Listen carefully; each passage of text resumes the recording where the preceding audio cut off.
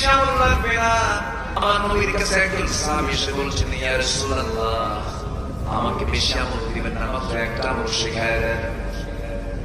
আমি একটা আমল করি জান্নাত পেতে চাই। রাসূল বললেন, আজকে থেকে তুমি মিথ্যা ছেড়ে দাও, তুমি জান্নাত পেয়ে যাবে। ওই সাহাবী চিন্তা করে, এত সস্তা আমল, ঠিক আছে, মিথ্যা কথা আজকে থেকে আর জীবনে বলবো না। কিন্তু ওই সাহাবীর মধ্যে তিনটা বদ অভ্যাস ছিল, চুরি করা, জেনা করা, মদ খাওয়া।